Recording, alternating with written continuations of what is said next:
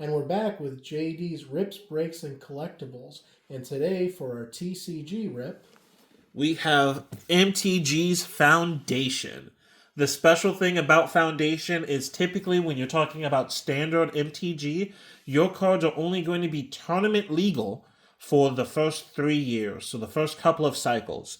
This is the first ever Foundation set. All of these are going to be reprints of some of the best cards in MTG history, and they are going to be tournament standard legal until 2029, with the intention that if this works out well, they might extend that period. So, without anything else to do, let's get into the rip. So, for anyone who doesn't know about a bundle, this is going to come with a special collector's dice. It's going to come with 9 packs with 15 cards each. It's going to come with full art lands and special holographic lands. It's going to come with the box and a special promo card. And it rips from the side. now is there a theme with this Foundation set? So, typically, no, because I was looking through all of the cards that you can find in this set, and they are going to range from Dominaria, they're going to range from Kaladesh. It's just going to be a bunch of good utility. So, there's really no story to go along with this one. I know last time there was a story about all the characters being turned into animals. None of that this time around. Even though this would show otherwise.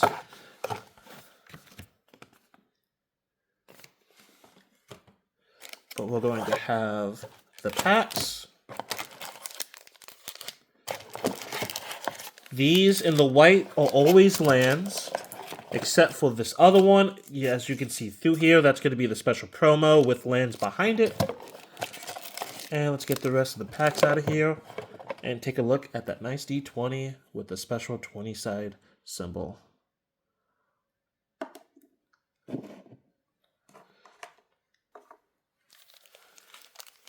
Going through pack 1.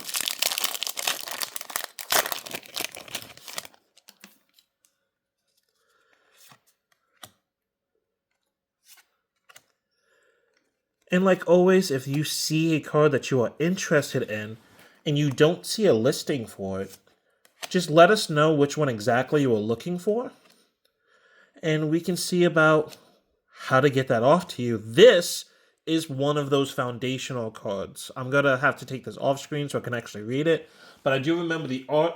This card states, when this creature enters the battlefield, destroy a non-land permanent an opponent controls. The reason why this is a Foundation card is because, specifically with Commander, with this being colorless, this can go into any deck, which means that this is not only a creature, this can destroy anything on the field, including someone's Commander.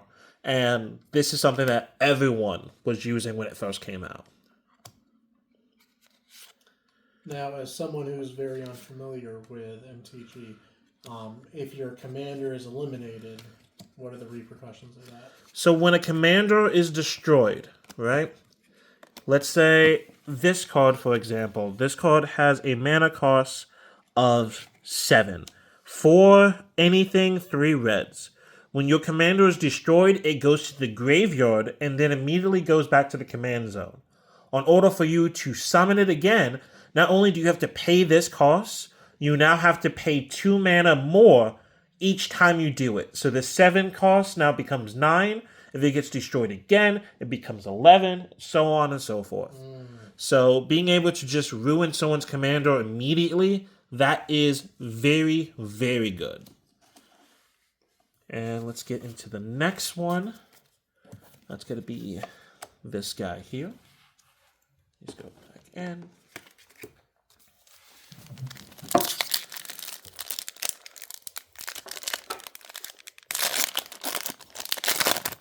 Oh, this one has an art card. The last one did not have one of those. How often are you expecting to get an art card? Art cards usually happen once in every 3 to 4 packs. Where they do have a rarity and they are numbered. No one really uses them except for tokens or as a placeholder for maybe a commander that they really like. Mm.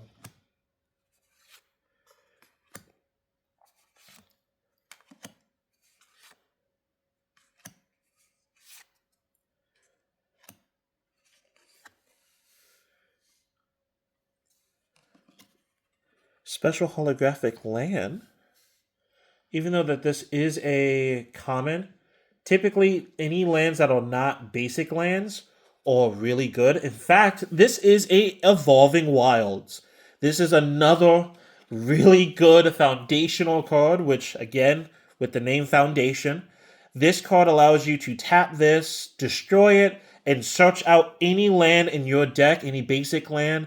Again, this is something that I've seen people have in every single deck that you run. It's going to thin out your deck, make it run faster, gives you a higher chance of actually pulling the cards you are looking to pull instead of accidentally getting into another land when you're being mana flooded or you just have too many lands to deal with. So this set is actually really good if you're just trying to build out a deck. So I don't normally put the special lands over here. It is good enough where I would say that we pulled 2 decently good cards in that one pack. Did we see the art card and I missed it? I thought so, yeah. Oh, okay. Oh, okay, the numbers on the backside. Yeah.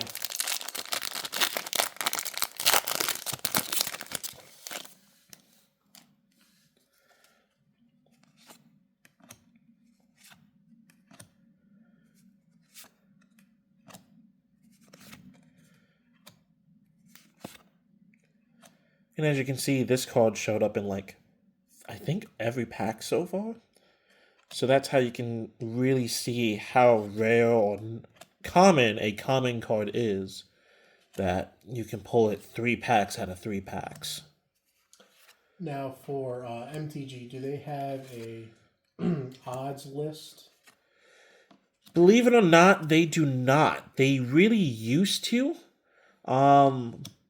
But once they got rid of the books, they kind of stopped showing the odds of each card, and you just kind of have to really guess it out. I really wish that's something that they would bring back to just let me know how rare the cards we're actually pulling are. But maybe one day we'll go back to it, but today's probably just not going to be that day. Now, again, a lot of the times I don't like putting the lands over here. This is different because these lands, these split lands like this, can be tapped for either 1 red or 1 green. That is actually fairly rare. Usually the dual lands like that tap for both. And this is special because when you're looking out for Pacific lands, it gives you a special searching option and allows more cards to be used with it. I don't know why I ripped that off camera. That was definitely on me, but this one does have a... Well, luckily it's a art rip card. and not a break. Yeah. Now, can you get anything special from the art cards? Obviously, they themselves can be special, but do they do signed art cards or anything? They do, actually. There are several ones that are signed by the artist, which, if you're not really that inversed into MTG, the artist's name is usually at the bottom with a little pen symbol on it right here. And sometimes the art cards would have that signed. Now, that would be something that's usually in a collector set, but you could end up getting them through normal means, like just ripping these packs open.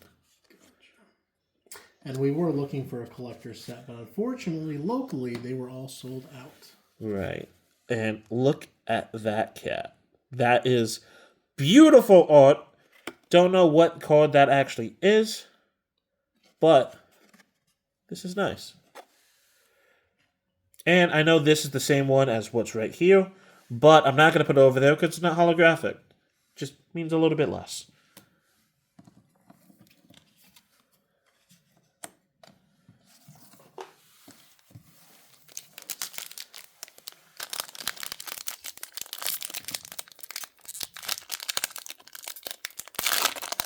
Now, I would say if you guys were thinking about getting into Magic to play, to collect, this is probably going to be one of the better sets to just jump into.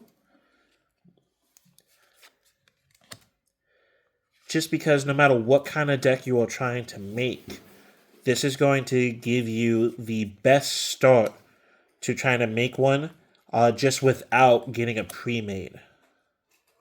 And even if you have a pre-made, these are probably going to be really good just to add to them.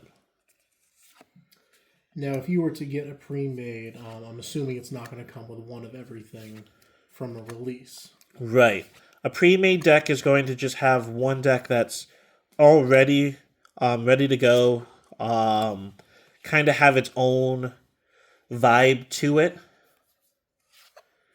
So if you were looking for something special to run with it, you're going to have to either A, buy 3 of the same pack, so it's the same deck, just to kind of get your money's worth. Or what you can do is just pick up a foundation set or maybe some of your older cards and add to them as you see fit. So if you're doing something with zombies, the zombie card or the zombie pre-made deck probably won't have Liliana in it, even though she does go really well with a lot of zombie cards because she makes zombie tokens most of the time. Or like this guy, Ajani, is usually very good to health gain, but because you're buying a pre-made deck, it's either A, you're going to only get one of these planeswalkers, or you're just not going to get one at all because it would be too expensive to put into the deck. Yeah, and actually, I'm assuming, but are these manufactured by Magic, or are these something you would pick up at a local card store made by them? So this is manufactured by Magic the Gathering, and I was able to pick this up at my local game shop. I'm sorry. Yep. Let me. If you were to get a pre-made deck. If you're able to get a pre-made deck, yes, that would be made by Wizards of the Coast. Sorry, I had to read this one because this was actually in my enchantment deck when I was in high school. So really happy to see that it made a comeback. Now, with that said, your local card shop, depending on who they are, will make you a deck. So there was one card shop out in Connecticut. Unfortunately, they moved to Mass, but they were able to make my first ever Magic the Gathering deck. I didn't know anything about Magic, and I just asked them if they can make me one. This is my favorite color. This is what I typically like playing in Yu-Gi-Oh! And it became my go-to strategy for almost every single deck I make. So this is an alternate art. Is this one of the expensive alternate arts? I am not sure. Just because the rarity isn't one of the ones I was really looking up for. But this is how you can tell that it's drastically different from everything else. It is borderless. So that is a borderless alt art. And it's going to be of Swift Boots. A Crypt creature gets hexproof and haste, so it can attack the turn that it's summoned, and it's unaffected by your opponent's spells. That is really good. Super happy to see that.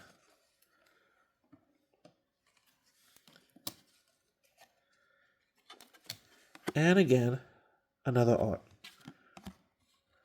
Now, are all the art cards derivative of existing cards, or do they have anything that they do special? So they are exactly the same art as would be on a normal card, which is why they work so well as proxies. There is no second guessing on who this is or if it was the alt art of something. You should just be able to look at this and go, yeah, I know that creature. Or if you didn't know the creature, you should be able to just do a quick search for it, and it will be the first thing that pops up. So I wish they did take some artistic liberty and made a special one for the art cards, but that would kind of hinder what they were doing with it. Now, with that said, I do think that most rares and above should have that card. Will have an art card variant. But sometimes you just get nice cards. Like this, I know has an art card back in the day.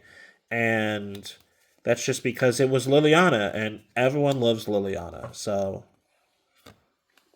this is really nostalgic for me, seeing a lot of these old cards from when I was just out of high school and being really excited to make a deck around them. Doubling Season. This is a $10 card. We had this conversation before. Yes, yes. So Doubling Season broke a lot of things when it came to tokens. Just how not tokens. I can just read it and yeah, tokens. This creature, not creature.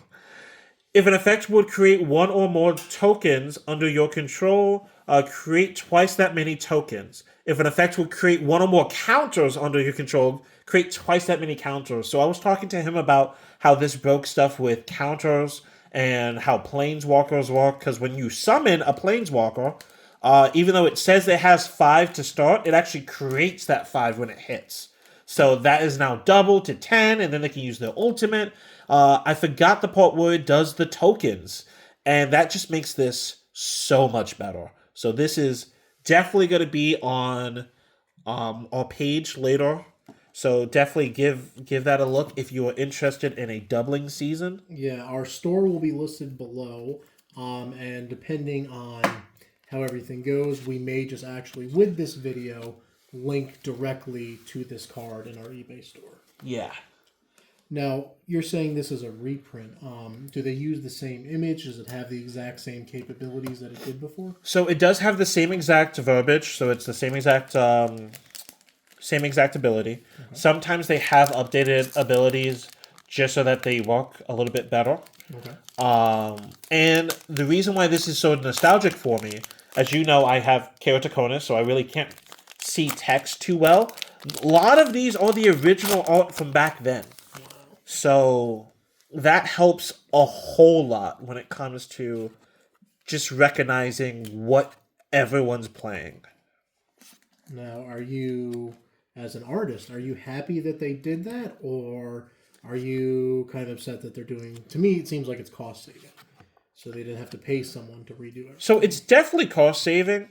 I am happy to see that. This is another card from childhood. I love this one. It's definitely cost saving. Again, another card from childhood.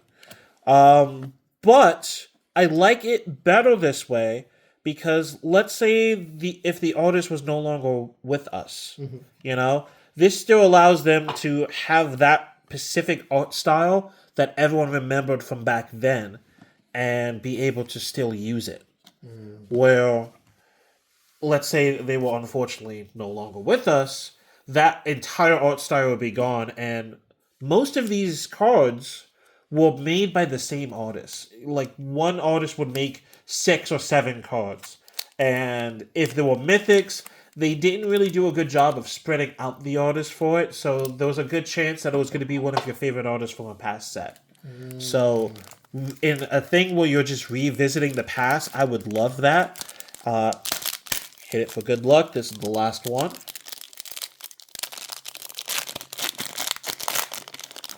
And of course, there's alternate arts of each one of those cards. So Doubling Season did have a full art that was different and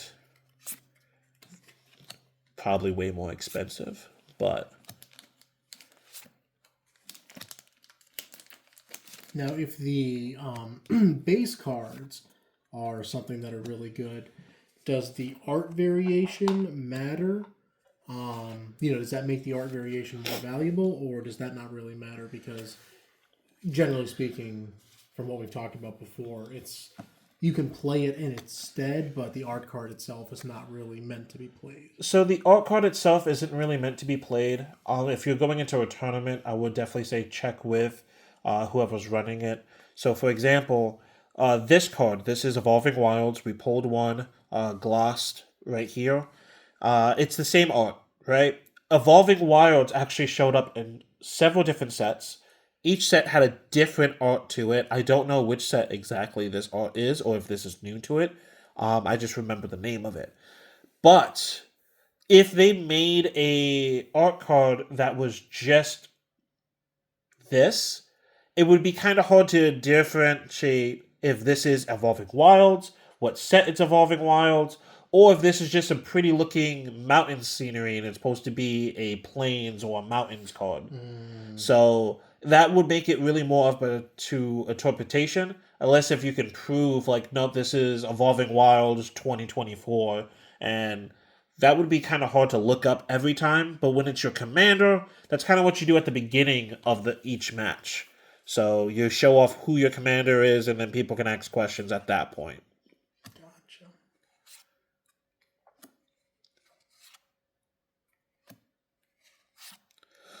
Oh, happy days, baby!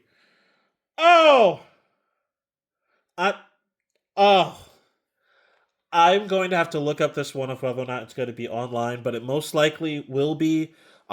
Me and one of my friends have a deal that every time I pull a Chandra, he gets it. This is Chandra. Every time he pulls a Liliana, he gets it. But with this being for a video, I'm definitely going to have to talk to John about it. But this is a full art Planeswalker. She's probably not going to be worth too much. She was not listed in the top 10 of most expensive cards you can pull. But this is what I live for. I tell John every time I open one of these that it is very rare to get more than one mythic. But typically when I get boxes, I usually get 2 to 3. This is the second mythic. Hitting the last pack definitely helps. And this is oof. That is on point. This is just a good set.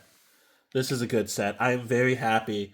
Again, these other 2 packs here, these are just lands, so we're not going to open them up this time.